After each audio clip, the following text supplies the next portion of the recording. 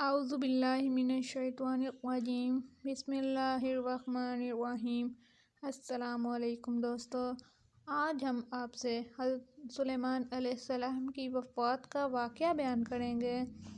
حضرت سلیمان علیہ السلام کی وفات کے بارے میں حضرت عبد الرحمن بن زید اسلم رضی اللہ عنہ بیان کرتے ہیں کہ سلیمان علیہ السلام نے موت کے فرشتے سے کہا کہ جب تجھے میرے بارے میں فوت کرنے کا حکم ملا تو مجھے اطلاع کرنا۔ کہا وہ ایک دن سلیمان کے پاس آیا، مجھے آپ کے متعلق حکم مل چکا ہے اور آپ کی تھوڑی زندگی باقی ہے۔ آپ علیہ السلام نے شیاطین کو بلایا جنہوں نے آپ کے لیے ایک شیشے کا ایک محل تعمیر کروایا۔ اس کا کوئی دروازہ نہ تھا۔ آپ وہاں کھڑے ہو کر نماز پڑھنے لگ گئے اور اپنی لاٹھی سے ٹیک لگا لی۔